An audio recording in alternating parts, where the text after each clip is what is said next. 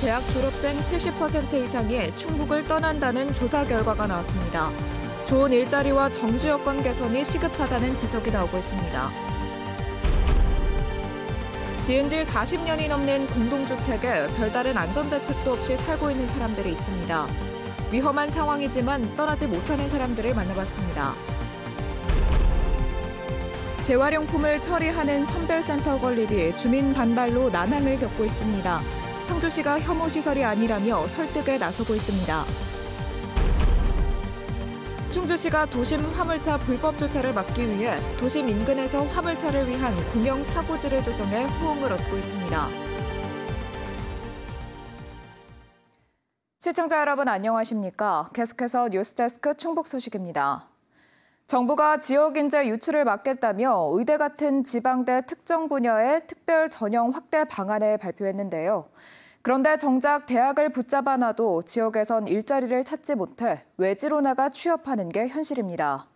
충북의 경우 그 비율이 무려 73%에 달하는 것으로 분석됐습니다. 정재영 기자입니다. 충북 도내대학의 전체 입학생 수는 해마다 줄고 있습니다.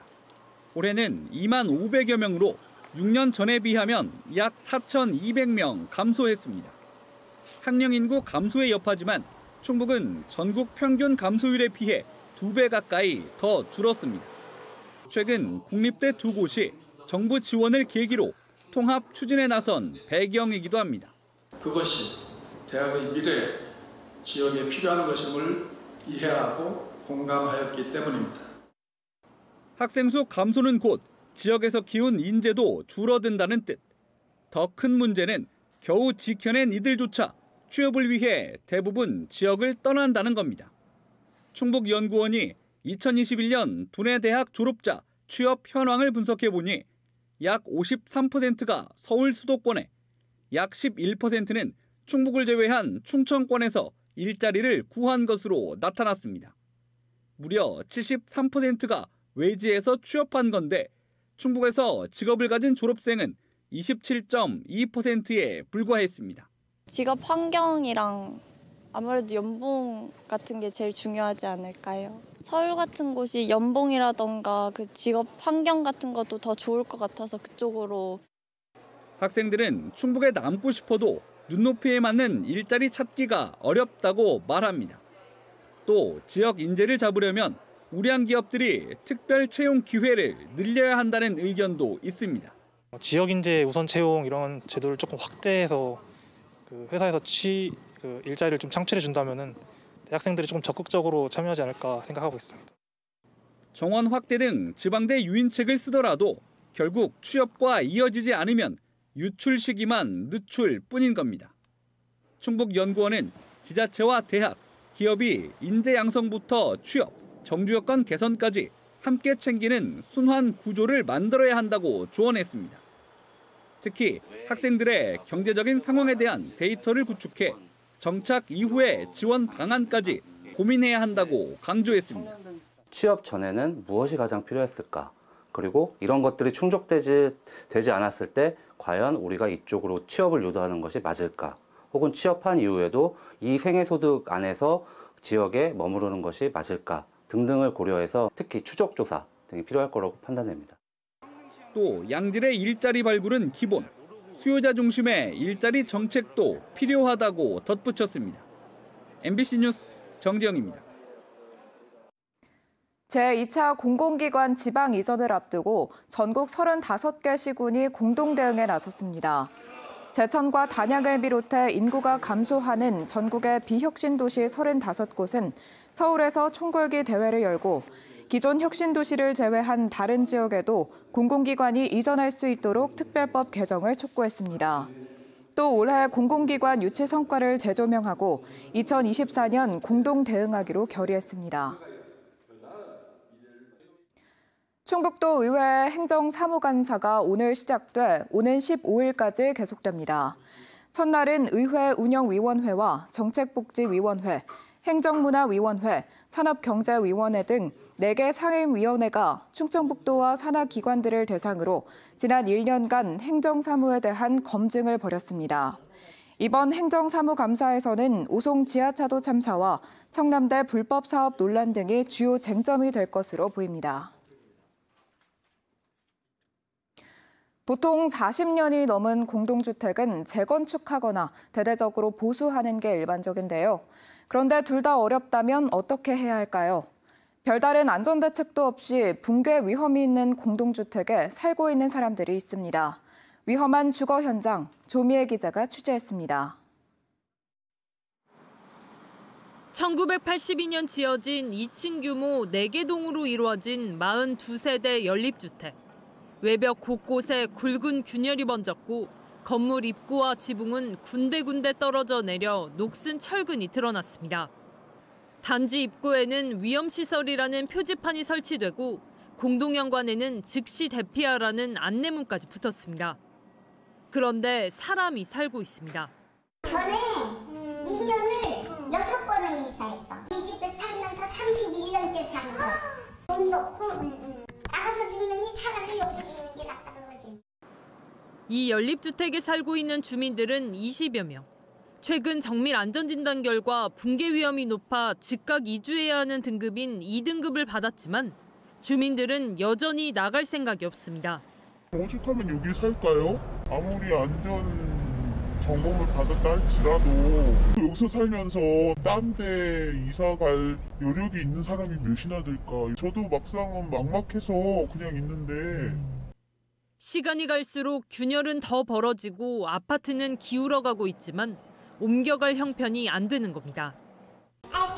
많이 나오는 것도 아니고 거의 기초만 생활하려고 나오는 건데 거기서 뭔 돈이 생기겠어요.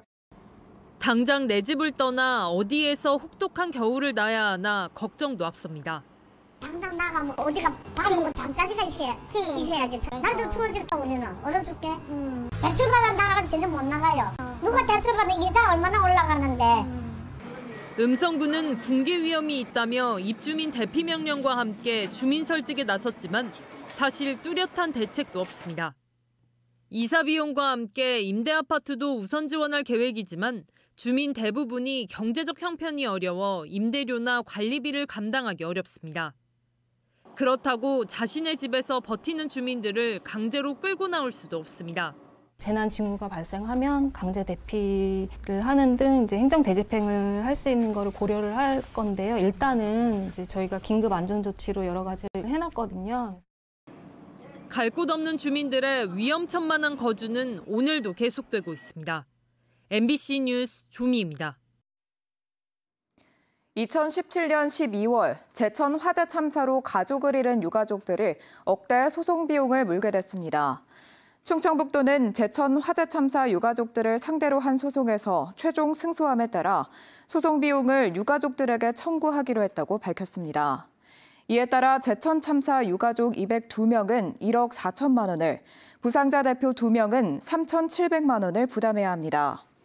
앞서 유가족 측은 소방 지휘 책임이 있는 충청북도가 참사의 책임을 인정하지 않자 위로금을 거부하고 충청북도를 상대로 손해배상을 냈다 지난 3월 최종 패소했습니다. 버려진 플라스틱 같은 재활용품을 처리하는 선별센터가 있는데요. 지은 지 오래된 데다 거의 포화 상태이기 때문에 청주시가 장소를 새로 옮겨 새로 지으려고 하는데 인근 주민 반발로 난항을 겪고 있습니다.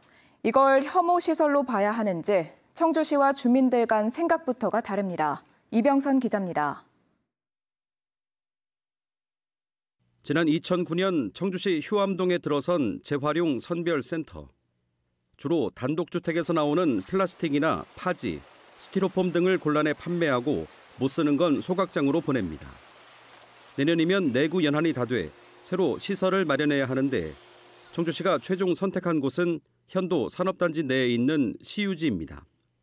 땅을 새로 살 필요도 없고 도시계획상 용도에도 맞아 고른 건데 인근 주민들 반발에 부딪혔습니다. 당초 새 입지를 강내면 학천리로 정하고 설계까지 착수했던 청주시가 갑자기 현도로 바꾸면서 아무런 설명도 없었다는 겁니다. 당국에서 이런 시설을 유치를 하려고 할 때 지역 주민들과 전혀 소통이 되지 않은 단계에서 일방적으로 밀어붙이기 때문에 첫째 제일 마음이 상하는 게고요. 악취와 분진이 생기는 혐오시설이 초등학교와 마을 근처에 들어서는 건 용납할 수 없다는 게 주민들 입장. 더구나 현도산업단지 내 기업들은 중장기 계획도 없이 갑자기 입지가 바뀌었고 무엇보다 주류 제품 이미지가 훼손될 거라며 청주시를 압박하고 있습니다. 쓰레기 선별장이 입주한다면 항구적으로 여기에 재투자는 더 이상 없을 것이다라는 입장을 분명히 말씀을 드렸고요. 추가적인 인력이 재입주가 안 되고 또 운영에 타격을 받는다면 그 당연히 여기 청주시에도 많은 타격이 있을 거라고 보입니다. 이에 대해 청주시는 당초 결정했던 강내면은 기존 매립장을 활용하기 어렵고 장소가 좁아 입지를 변경하게 됐다고 설명했습니다. 또 사전에 현도 주민들과 충분히 소통하지 못한 것은 사과했다면서도 혐오 시설이라는 주장은 사실과 다르다고 강조했습니다. 단독주택 부지 내에서 수거되는 재활용품을 반입을 해서 세척이나 이런 과정도 없는 상황이고 단순히 이제 그 종류별로 이제 선별하고 모아놓으면 그 외부에서 저희가 이제 판매를 하는 상황이니까 반출을 바로바로 해가는 상황이다. 또 사업 추진이 계속 지연될 경우 이미 확보한 국비마저 반납해야 할 상황이라며 주민 설득을 위해 지원책을 강구할 수 있음을 내비쳤습니다. 타 지자체 시설 견학을 해서 좀 시설에 대해서 이해를 구하고 그 이후에 이제 뭐 요구하시는 사항이나 이런 게 있으시면 좀 그 부분에 대해서는 검토해서 말씀을 드릴 수 있는 단계라고. 한편 주민 소통이 부족했다며 지난해 한 차례 관련 계획을 부결시켰던 청주시 의회는 최근 다시 올라온 계획을 승인해주면서 이번엔 청주시의 손을 들어줬습니다. MBC 뉴스 이병선입니다.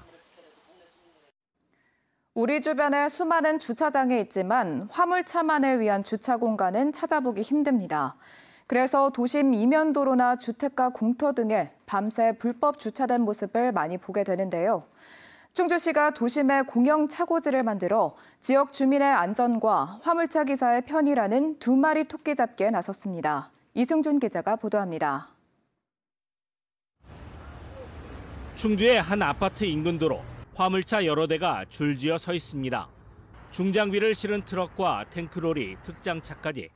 이처럼 주택가에서 밤새 불법 주차된 화물차를 보는 건 어려운 일이 아닙니다. 한낮에도 마찬가지입니다. 다음 날 찾아간 도로에 중장비를 실은 트럭은 같은 자리를 지키고 있습니다. 사실상 차고지처럼 쓰이고 있습니다. 화물차는 주차 공간을 확보하고 차를 살 수 있는 차고지 증명제를 시행 중이지만 실상은 주거지에서 멀거나 서류 작업만으로 이뤄지기 일쑤. 결국 도심에서 불법 밤샘 주차로 이어지고 있습니다. 충주시가 화물차 공영 차고지를 통해 문제 해결에 나섰습니다. 충주시 목행동에 문을 연 전용 주차장은 5만여 제곱미터에 화물차 318대를 댈 수 있고 휴게실 등 편의시설을 갖췄습니다. 11월 13일에 임시 개장해서 시범 운영을 하고요. 내년 1월부터는 정식 운영할 계획입니다. 화물공영 차고지가 이제 준공이 되는 데 따라서 도로변에 주차된 차량이 화물공영 차고지로 이제 들어오게 됨에 따라서 불법 주차는 많이 해소될 것으로 생각됩니다. 가장 큰 특징은 접근성입니다. 충주시청과 직선거리로 2km에 불과할 정도로 도심 가까이 조성했습니다. 그만큼 이용자 편의를 높였습니다. 일단 집 근처에서 출퇴근하기가 편하게 이렇게 왔다 갔다 할 수 있으니까 그 점이 정말 좋아진 것 같고요. 한계도 있습니다. 충주시에 등록된 화물 차량은 2,000여 대지만 공영 차고지 수용은 300여 대에 불과합니다. 이마저 들어서기까지 10년이 걸렸습니다. 현재 충북에 설치된 화물차 공영 차고지는 청주와 제천 등 3곳에 불과합니다. 도심에서 떨어져 있거나 주차면도 100대 안팎에 불과합니다. 청주와 음성, 옥천만 오는 2026년까지 목표로 추진 중이고 다른 시군은 계획 단계입니다. 발전을 위해서 기업 유치를 많이 하는 과정에서 그만큼 운송도 많이 늘 것이고 그에 대해서 차량들도 많이 움직일 것입니다. 앞으로 추가적으로 공영 차고지가 지속적으로 좀 건설돼야 되지 않나. 전문가들은 기업 유치와 산업단지 조성 단계부터 화물차 공영 차고지도 함께 준비해야 한다고 조언합니다. MBC 뉴스 이승준입니다. 오늘 충북도 내 곳곳에서 11월 역대 최고 기온을 기록했습니다. 오늘 영동 추풍령이 무려 26.7도까지 올랐고 충주 26.4도, 청주 26.2도를 기록하는 등 충북 대부분의 지역이 11월 최고 기온을 경신했습니다. 청주 기상지청은 내일 오전부터 차츰 비가 내리면서 이례적인 고온 현상이 조금씩 누그러질 것으로 전망했습니다. 오늘 오후 3시 반쯤 청주시 지복동 일대가 정전됐습니다. 한국전력공사 충북본부는 지복교차로 인근 공사장에서 방음벽이 무너지면서 전선이 끊어져 공군 사관학교와 인근 574가구에 최대 1시간 동안 전력 공급이 중단됐다고 밝혔습니다. 한편 이번 사고로 다친 사람은 없는 것으로 전해졌습니다. 지금까지 뉴스데스크 충북 소식 마칩니다. 고맙습니다.